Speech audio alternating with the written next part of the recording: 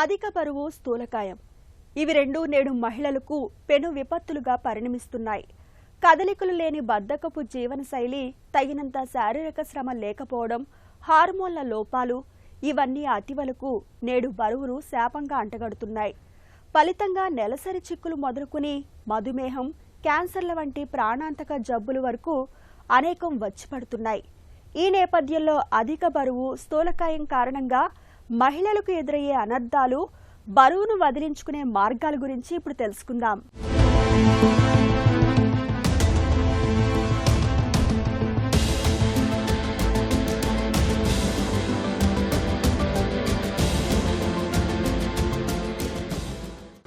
అధిక బరువు నేడు అతివల పాలిట గుదిబండగా మారుతోంది.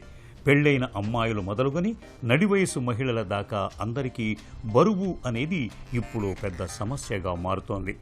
ఒకప్పటితో పోలిస్తే మహిళలకు ఇవాళ శారీరక శ్రమ బాగా తగ్గింది. మిక్సీలు, గ్రైండర్లు, వాషింగ్ మిషన్లు వంటి ఉపకరణాలు వచ్చాక వంట పనులు, ఇంటి పనులు కాస్త తేలికయ్యాయి. ఇక టీవీలు, కంప్యూటర్ల రాకతో చాలామంది గంటల తరబడి సోఫాలు, కుర్చీలకు అతుక్కుపోతున్నారు. టీవీ చూస్తూ ఏం తింటున్నామో, ఎలా తింటున్నామో కూడా గమనించలేని స్థితిలో ఉంటున్నారు చాలామంది. పనుల హడావడిలో చాలామంది ఉదయం పూట బ్రేక్ఫాస్ట్ని తీసుకోవటమే మర్చిపోతున్నారు. వీటికి తోడు పీసీఓడి, థైరాయిడ్ లోపాలు, హార్మోన్ ఇంబ్యాలెన్స్ వంటి సమస్యలు మహిళల బరువుకి మరింతగా ఆజ్యం పోస్తున్నాయి. అధిక బరువు, స్థూలకాయం అన్నదండి మన జీవనశైలిలో మార్పు రావడం వల్ల జరుగుతుందండి. ఇప్పుడిప్పుడు మనం చూస్తే కనుక మునుపటిలాగా అందరూ ఇళ్లలో భోజనం చేయట్లేదు. వారాంతం వస్తే అందరూ హోటళ్ళకే వెళ్ళిపోతున్నారు.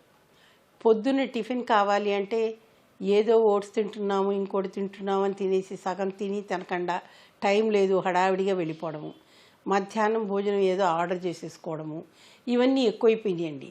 ఈ సమస్యల మూలంగా ఏమవుతుందంటే సమతుల ఆహారం అనేది లేదు. ముఖ్యంగా ఆడపిల్లల్లో, మగపిల్లల్లో కూడా స్థూలకాయం అన్నది చిన్నప్పటి నుంచే పెరుగుతుందండి. మరీ చిన్నప్పుడు లావుగా ఉంటే ముద్దుగా బొద్దుగా ఉంటారు, కానీ ఒక వయసు వచ్చిన తర్వాత మనకి ఎప్పుడైతే ఈ బరువు పెరగడం మొదలు పెడతామో అవి అనేక సమస్యలకు దారితీస్తాయి. ఆ సమస్యలు వస్తాయని తెలిసి కూడా దాన్ని వాళ్ళు అవాయిడ్ చేయట్లేదండి. కాబట్టి మన భోజనంలో మార్పులు రావాలి. ఇదివరకట్లా భోజనాలు పొద్దున్న తినాలి, మధ్యాహ్నం తినాలి, రాత్రి తినాలి, మధ్యలో ఏం తినకూడదు, ఆ తిని భోజనం కూడా ఇంట్లోనే వండాలి, ఇవన్నీ ఉండేవండి. ఇప్పుడు అలా కాదు కదండి. వండే నూనె ఎలాంటిదో మనకి తెలియదు, బయట నుంచి తెప్పించుకున్నప్పుడు. తర్వాత స్ట్రీట్ ఫుడ్, మన వీధుల్లో అమ్మే భోజనాలు అవి కూడా చాలా తినేస్తున్నారు. వీటన్నిటితో స్థూలకాయం పెరుగుతున్న కొద్దీ ఏమవుతుంది, మనకి బ్లడ్ ప్రెషర్ రావడము, బీపీ రావడం, మెటబాలిక్ సిండ్రోమ్ అన్నది చాలా ముఖ్యమండి. ఇది రావడము, వీటన్నిటితో పాటు సంతానలేమి సమస్య పెరగడము, ఇవన్నీ కూడా జరుగుతున్నాయండి. కాబట్టి స్థూలకాయం అన్నది మనకి ఇప్పుడు పెద్ద సమస్య అయిపోయిందండి.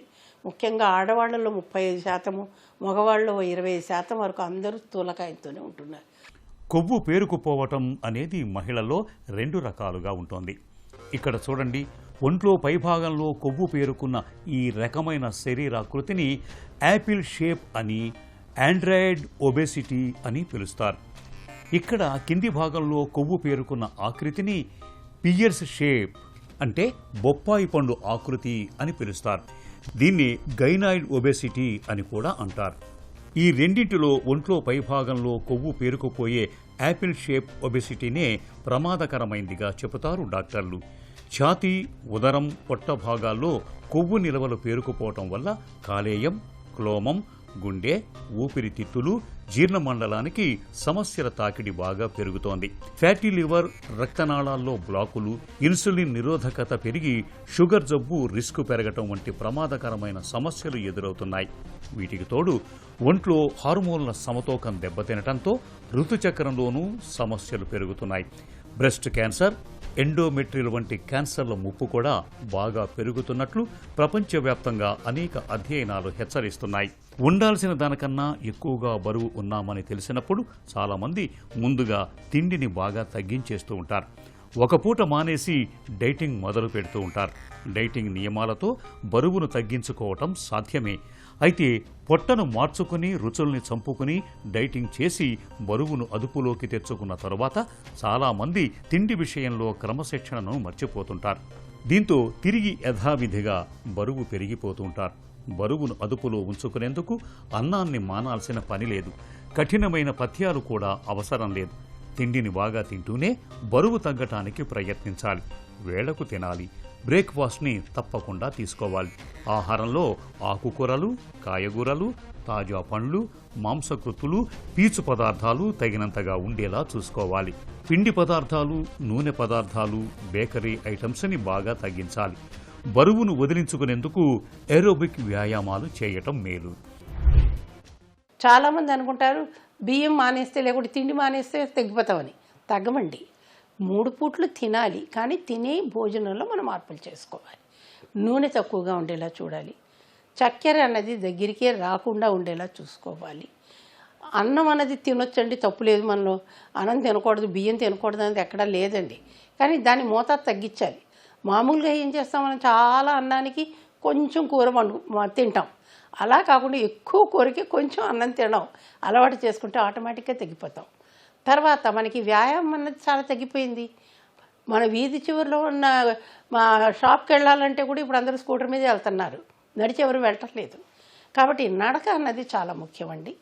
తిన్నాక కూడా 10 నిమిషాలు నడవాలి. పొద్దున్న లేచి 1 గంట సేపు మనం వ్యాయామం చేయాలి, నడవడమన్నా నడవాలి, కొంచెం వేగంగా నడవాలి. ఇవన్నీ నియమాలు మనం పెట్టుకుంటే కనుక తప్పకుండా ఈ సమస్యలు రావు.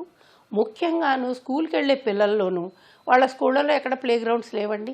వాళ్ళ ఆటలు ఆడడం అన్నదే లేదు.